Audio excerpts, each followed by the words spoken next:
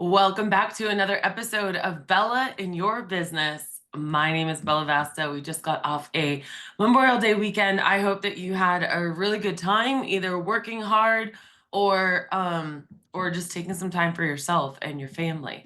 Today, we're going to talk about myths. I'm going to take a break from AI and I'm going to talk a little bit about myths. And what prompted this is there is a trend on social media right now that talks about like propaganda I'm not falling for.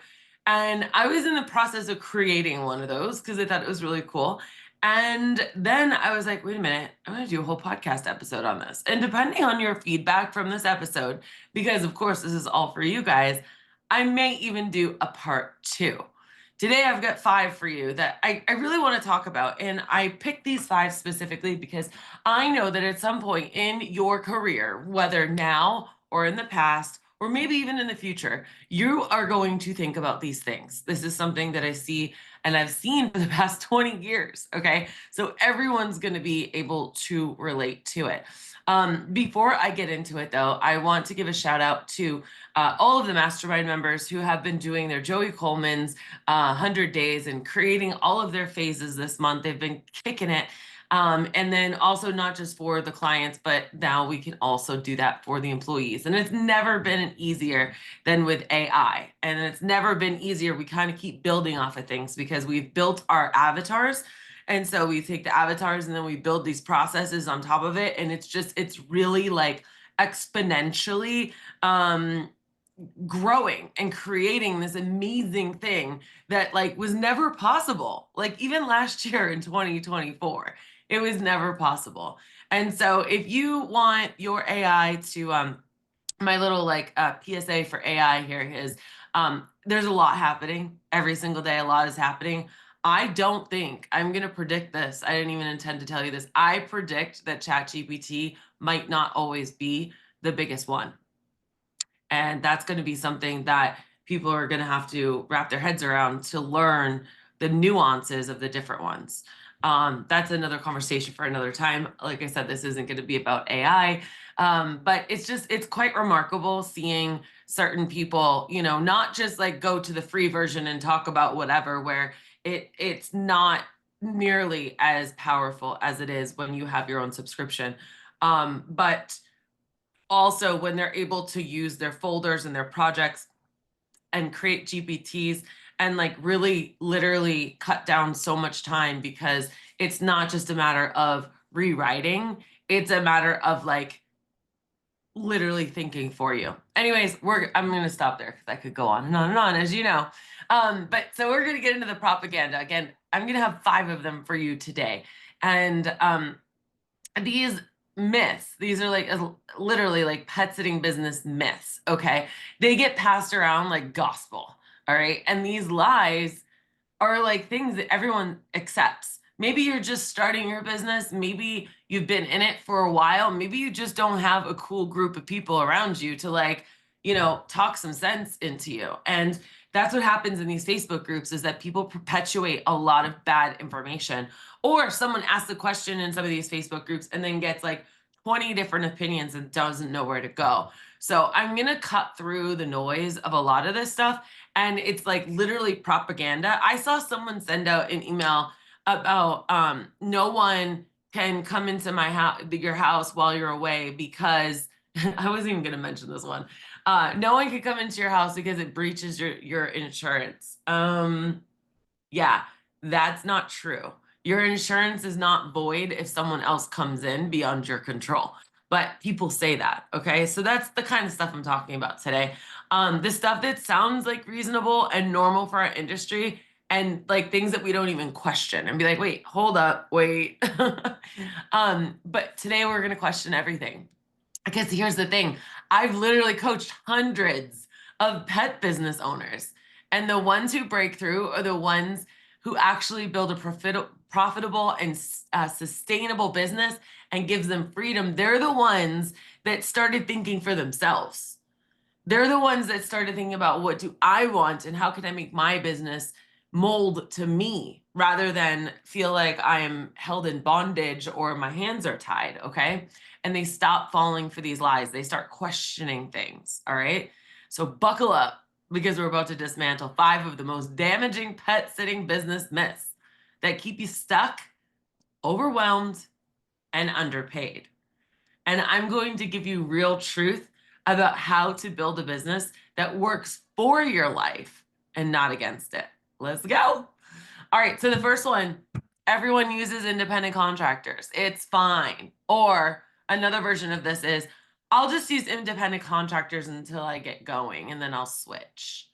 Yeah, let's talk about this because it bothers me to no end. All right. You're literally wasting time and money and potentially your reputation of your business and potential, like, it's just no. Okay. It's not fine. And because everyone is doing it, it doesn't mean it's legal, smart, or sustainable. Okay. The only reason why independent contractors cost less is because you're paying them too much. Okay. The most you should be paying someone to do a pet sitting or dog walking job is 32 to 35% of your average visit price. Average. Okay. And it's probably one of the most dangerous pet sitting myths because it can literally destroy your business overnight. Here's the brutal truth. If your business depends on people that you legally can't train, okay, or like write anything down for, supervise, direct them, that's not freedom. That's a lawsuit waiting to happen. Let's be real about what's happening here. You're misclassifying employees as contractors because it makes it easier. No payroll taxes, no workman's comp, no training requirements. I will die on this hill. I have had this opinion of this industry forever, since before it was cool to have employees. Let's just look at the way of the world. Employees' rights and employees are on the rise. The government wants their money, okay? There's never been so many more auditors. And it's very hard. I did audit case studies years ago. I'm sure things have changed since then, so I will leave that in 2016 and 2017. But let me tell you, there was a company in Texas who had to switch to employees because her sitters did not provide the dog bowl. What? Who would come with a dog bowl? Basically, you are putting yourself on the defense. Okay. Not only that, but let's say you don't even get audited by one of the 6 agencies that could audit you. Let's just talk about the fact that what if someone twists their ankle or they get hurt and then all of a sudden they're crying to you because they want you to pay their medical bills and you say no because you don't have workman's compensation. And then what happens? Then they turn you in because they think, oh, you know what? I was an employee. I was misclassified. The IRS doesn't care who else is doing it. The Department of Labor doesn't care that it's an industry standard. When they audit you, and chances are they will audit you, do they work exclusively for you? That's what they're going to ask. Here's another thing. Okay, so maybe you got past the whole, I don't really care about training them. Okay, I don't care about them getting hurt. They have their own insurance. What about the fact that they don't work exclusively for you? As an independent contractor, they should not be dependent upon your income. They should have a whole bunch of clients of their own, and they should have their own LLC registered with the state.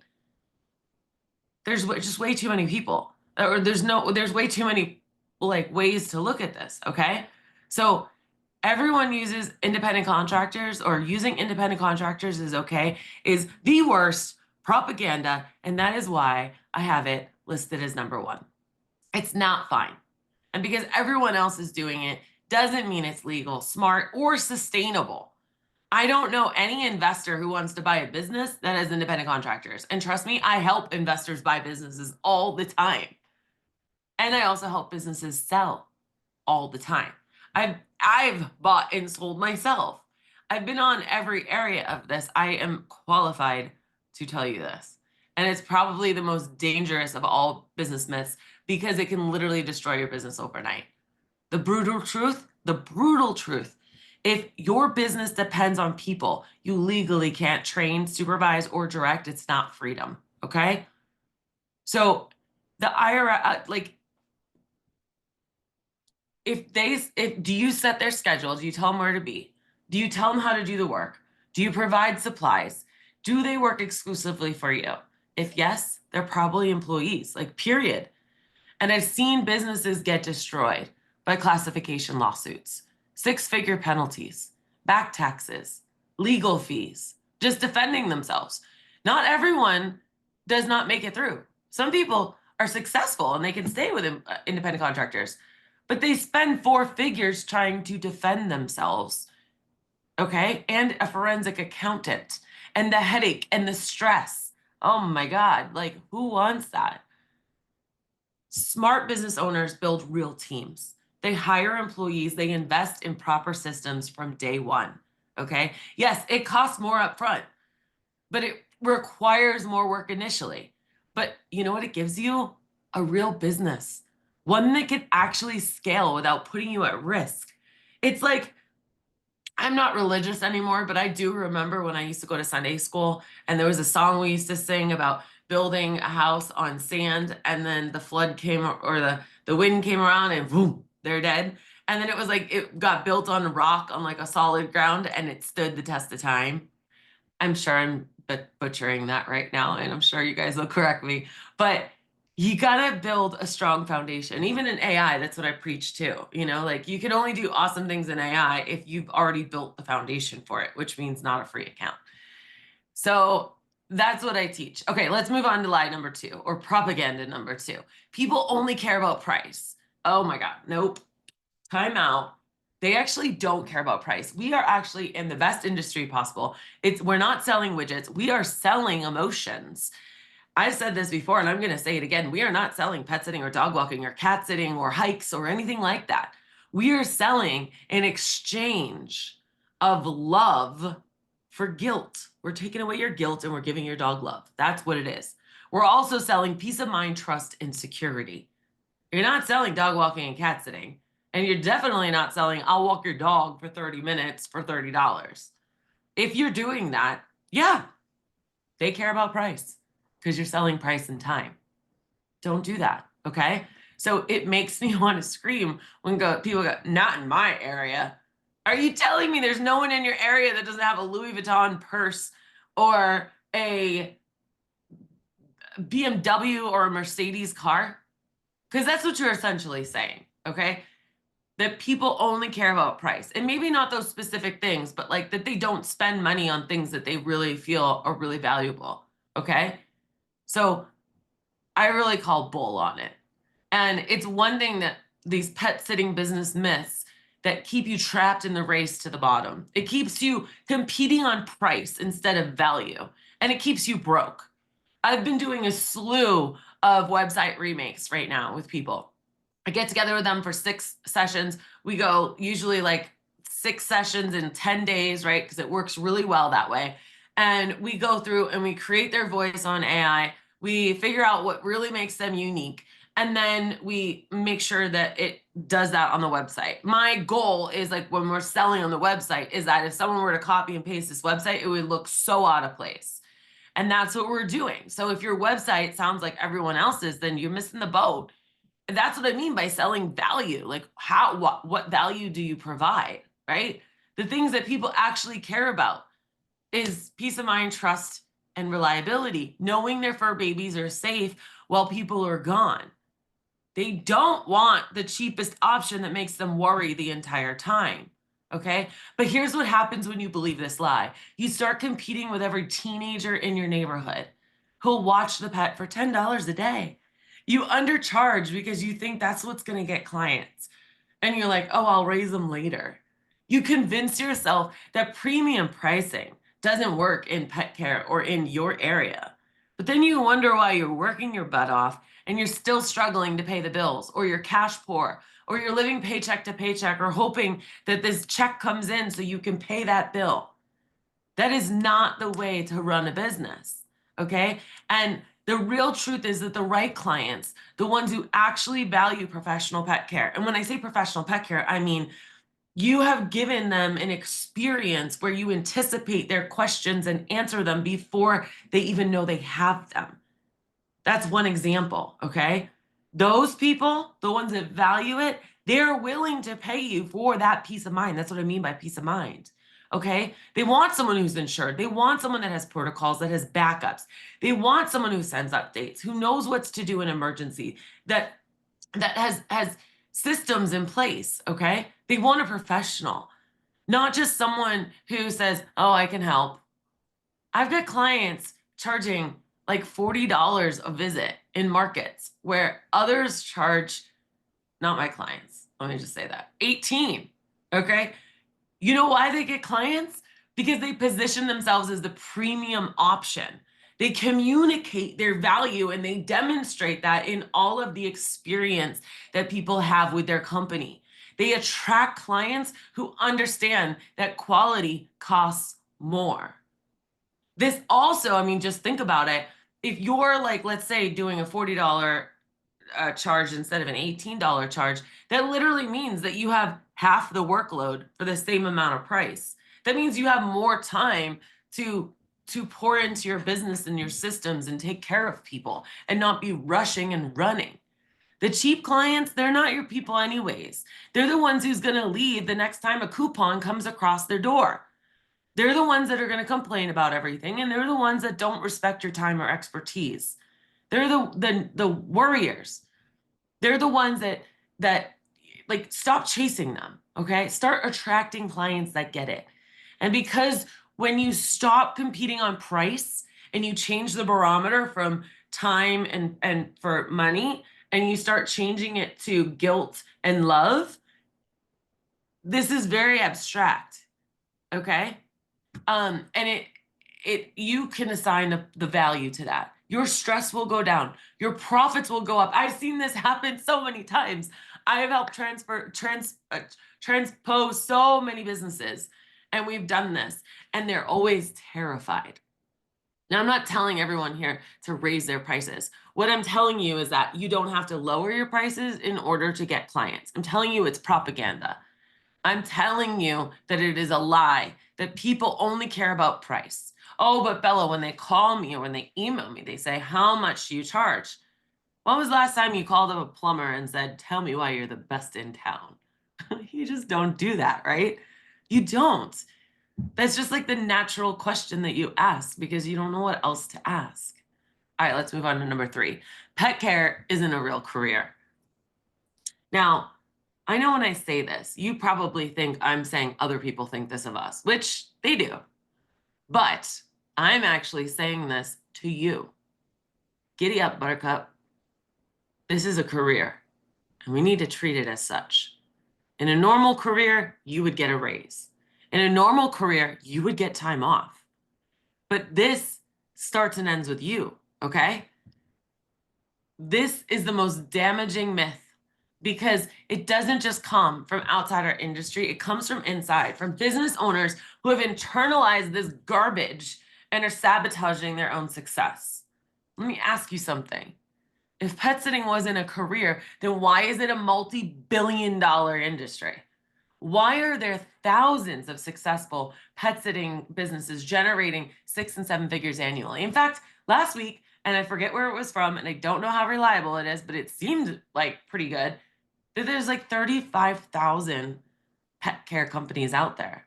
Why do families spend more on their pets than they do on their own health care? This lie is keeping you small. It keeps you apologetic. It keeps you charging hobby prices for professional services and apologizing for your worth. But here's what I want you to understand. You're not just watching pets. You're not just a glorified babysitter. And I know some of you are already like, yeah, Belle, I get this. But do you reflect this in the way in which you present your brand online, on your social media, on your website, in your practices and the experience that your client has? Because I'll tell you, some of you don't. Some of your social media, which is like your living reality where people get to really see who you are, is either non-existent, not updated, or really badly done. It's like for you. It's like a photo album. Or the experience is like, oh, we'll get back to you in 24 hours. No. So I've got clients who employ dozens of people, okay? Clients who own multiple locations, multiple segments of their business. I've got clients that make up to $2 million annually in their business. But you know what the difference is between them and the people still believing this lie? And let me just tell you, they started out just like you. When I got to them, they had like maybe 200,000 or so, another 2 million. What? Now, let me be very clear. I am not taking credit for that. I have been privileged to come in and out of their company at their different plateaus to help push them over the edge. But I'm telling you, I know this from these experiences from 20 years in this industry. Okay. They stopped introducing themselves as just a pet sitter or just a pet sitting company. And they started owning their expertise. They started becoming really valuable in the community. They started being a thought leader. Okay. Because here's the thing, if you don't take your business seriously and you don't show up seriously, then why should anyone else? If you're still thinking that pet care is something you do on the side, or you're building it up, or it's your small little company, basically you're self-sabotaging, or you're just thinking that it can't. Now, I'm not saying that everyone has to be a $2 million company, but I do want you to give yourself a fair chance. And I don't think that it's just other people that are demoralizing or devaluing our industry. I think a lot of people who are in the industry are doing that. So what's it going to be? Are you going to keep buying into this pet sitting business myth that you're just this small little business? I don't really need to do that. Or are you going to start owning the fact that what you do matters and really provide real value and deserve a professional compensation, which means you get a good salary? You deserve it. You deserve it. All right, here's number 4. You can't charge that much in your area. Okay, this one makes me want to like really shake people. And this is a little bit different than the other one, which is like it costs a lot, right? So people literally say online, like, you can't charge that much, or you don't understand my area. Like, no.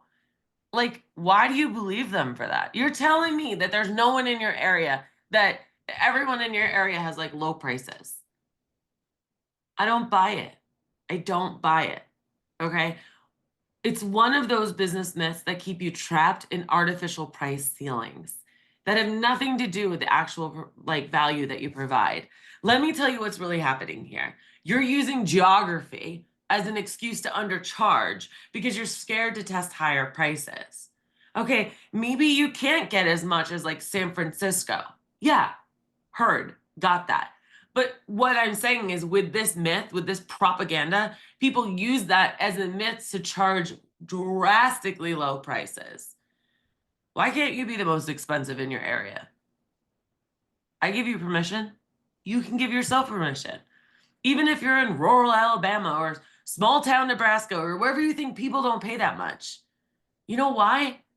Because pet owners who value professional pet care exist everywhere. When I say value professional pet care, they love knowing that their next business trip or their next trip that they're going on, they can call you and they don't have to worry about a thing. I've got clients charging in tiny markets premium prices, the most expensive by $5 to $7. You know how they do it? They stopped making assumptions about what their market could bear and they started testing. They literally were like, oh my God, Bella, I can't believe this is working. Oh my God, Bella, I just gave myself a 12% increase, like raise myself. Yeah, good job, girl. You got this.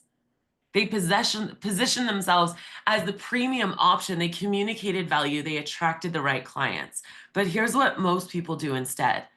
They look around at what everyone else is charging or ask on Facebook groups, and then they lower themselves. They assume that because Sue down the street charges $20 a visit, that's the ceiling for the entire market. Or what they do is, let's say they're charging $25 a visit, and then someone comes along and they want to give them a discount. So they discount from $25. So now they're literally chopping off their arm. They need that $25. That's their price.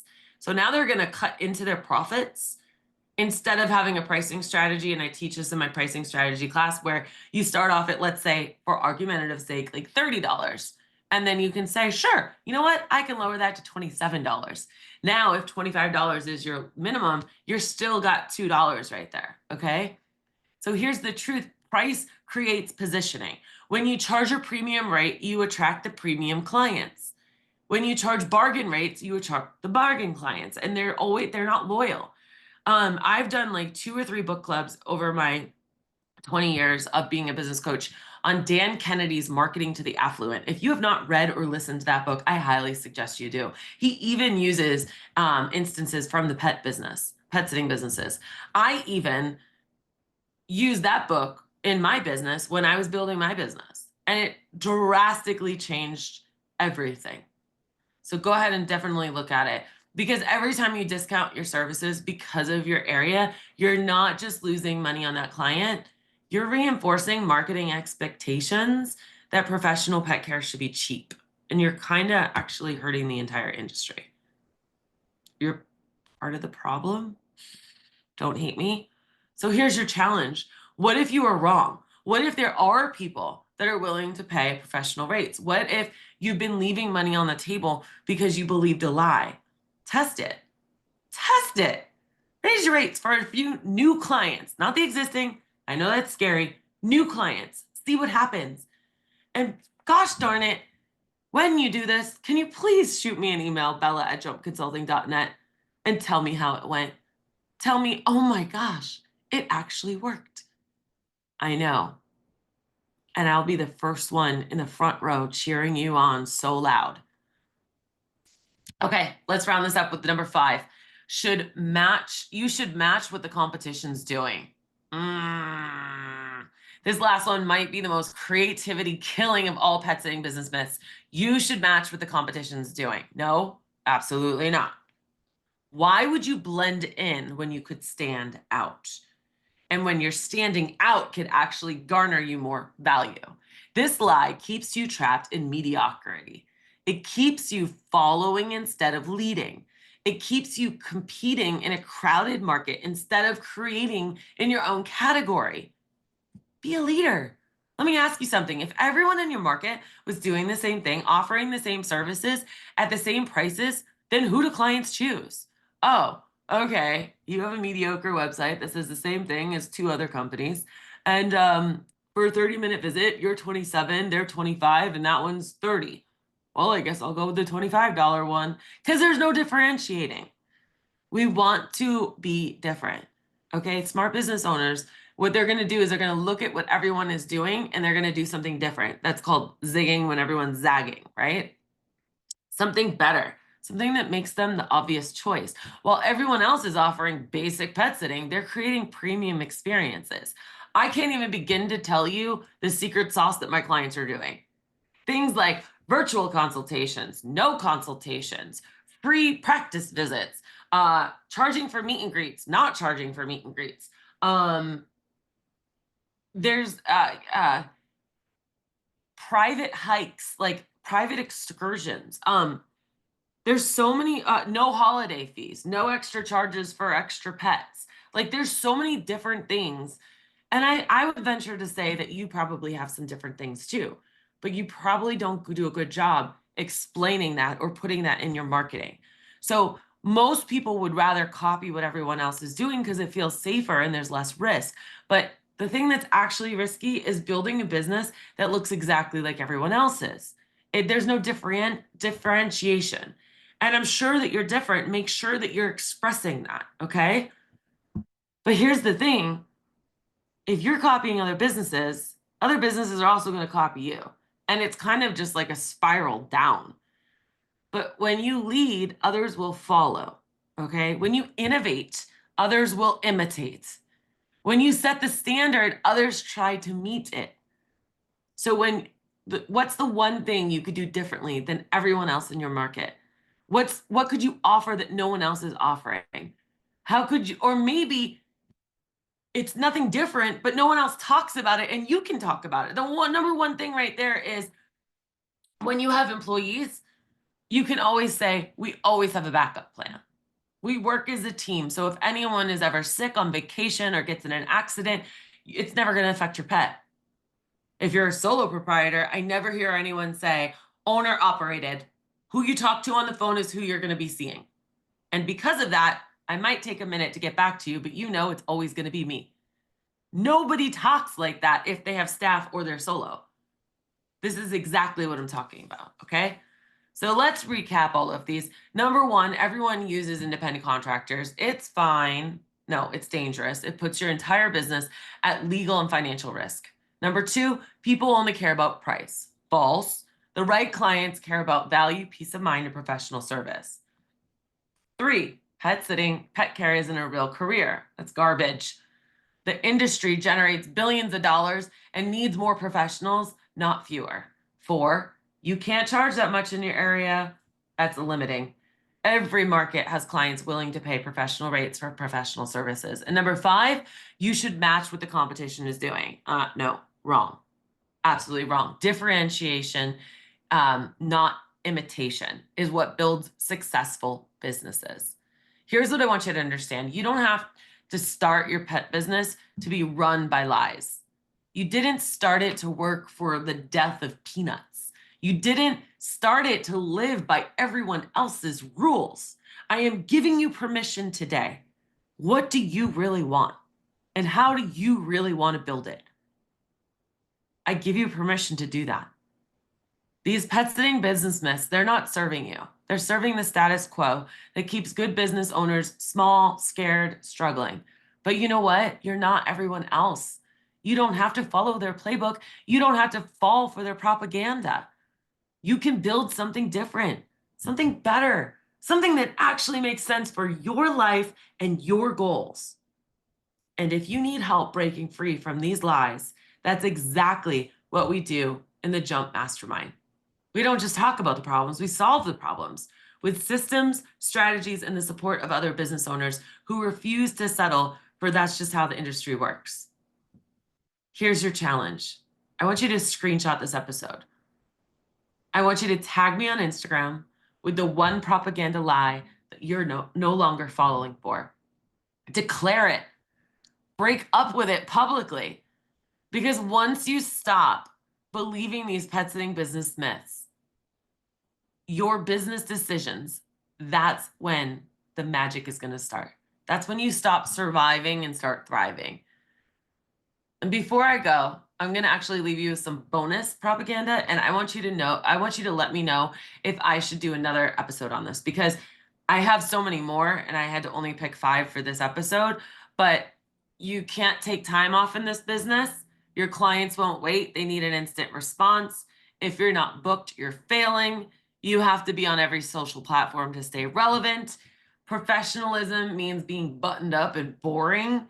Only big companies need SOPs or training manuals. Your business should look the same all year long. Oh God, no, please. You can't automate and still sound human. You have to be friends with all your clients. It's unprofessional to show personality in your marketing. You need to do everything yourself to save money. I have so many more. Do you guys want another episode on this? Because I'd be happy to continue this on. This has been another episode of Bella in Your Business. I had so much fun with you on this episode today. I hope that you take one thing, and please do go and tag me and let me see what you're going to break up with. You have all the power. I'm passing the baton to you right now. You have all the magic already inside of you. Remember, when life gets you down, to always keep jumping, and I'll see you next episode. Bye now.